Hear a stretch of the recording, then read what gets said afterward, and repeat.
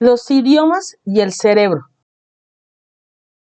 La idea de que determinadas zonas del cerebro pueden estar especializadas en funciones lingüísticas se remonta al menos al siglo XIX. Paul-Pierre Boca observó que una zona del lóbulo frontal izquierdo, el área de boca, parecía ser responsable de la capacidad de hablar y observó que una lesión en el lado izquierdo del cerebro tenía muchas más probabilidades de provocar la pérdida del lenguaje que una lesión en el lado derecho.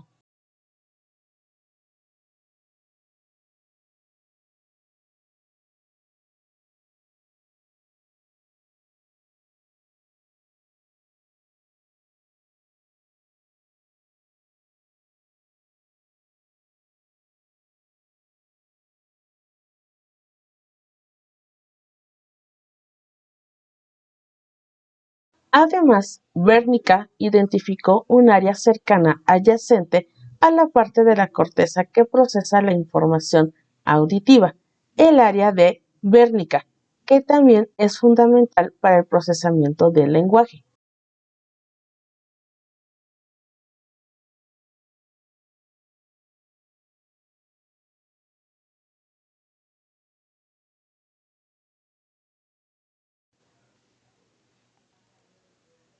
Se han encontrado algunas excepciones, pero en la inmensa mayoría de los individuos, el lenguaje está representado principalmente en la mitad izquierda o hemisferio del cerebro dentro de un área, que incluye tanto el área de boca como el área de Wernicke, alrededor de la fisura silviana, una hendidura que separa los lóbulos del cerebro.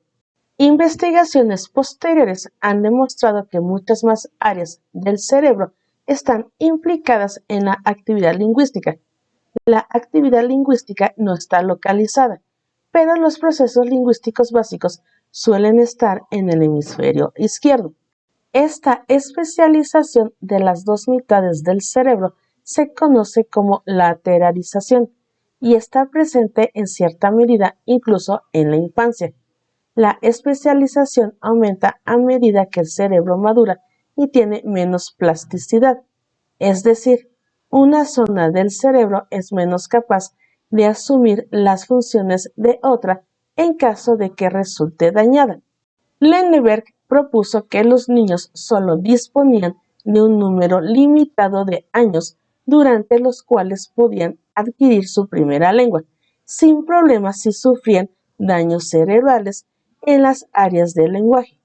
La plasticidad cerebral en la infancia permitiría que otras áreas del cerebro asumieran las funciones lingüísticas de las áreas dañadas, pero a partir de cierta edad, el lenguaje normal no sería posible.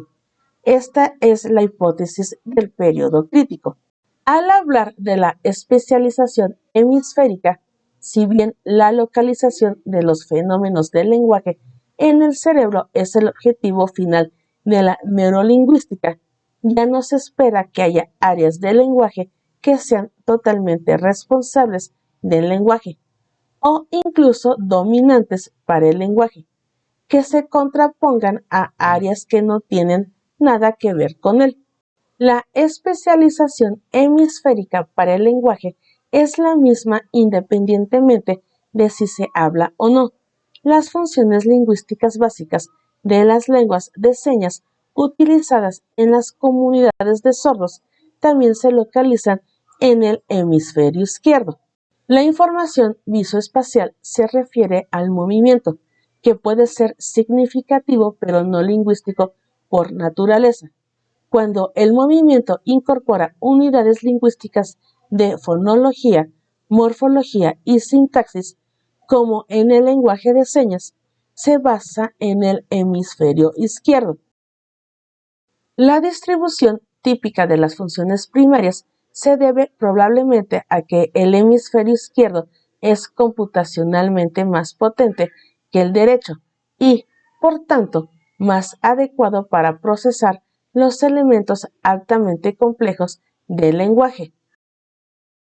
La mayoría de los individuos pierden o recuperan varias lenguas por igual, pero algunos recuperan una antes que la otra y otros nunca recuperan el uso de una, ya sea la primera lengua o la segunda. Estos hallazgos sugieren que dos o más lenguas pueden estar representadas en el cerebro y o en redes de activación diferentes. Esta posibilidad ha estimulado la observación y la investigación sobre el tema durante el último siglo. Aunque los procedimientos de investigación han cambiado radicalmente con la evolución de la tecnología. Los métodos de recopilación de datos han incluido los siguientes. 1. Correlaciones de la localización del daño cerebral con patrones de pérdida-recuperación en los casos en que las lenguas se ven afectadas de forma diferencial. 2. Presentación de estímulos de distintas lenguas en el campo visual o auditivo derecho o el campo visual o auditivo izquierdo para investigar qué lado del cerebro está más implicado en el procesamiento de cada lengua. Lo que se presenta en el campo derecho será procesado con mayor rapidez y precisión por el hemisferio izquierdo y viceversa. 3. El mapeo de la superficie cerebral durante la cirugía utilizando estimulación eléctrica en puntos precisos y registrando qué zonas están envueltas en qué aspectos del habla y en qué lenguaje. Este procedimiento a menudo se utiliza antes o incluso durante la extirpación de tejido cerebral a causa de un tumor u otra anomalía, lo que permite al neurocirujano evitar, en lo posible, la interrupción de las funciones del lenguaje.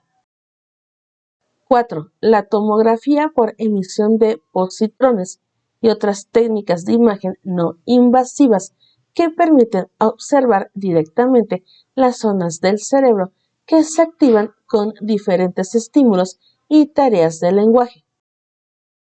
A pesar de muchos años de investigación, algunas preguntas siguen sin respuesta o respuestas que siguen siendo controvertidas.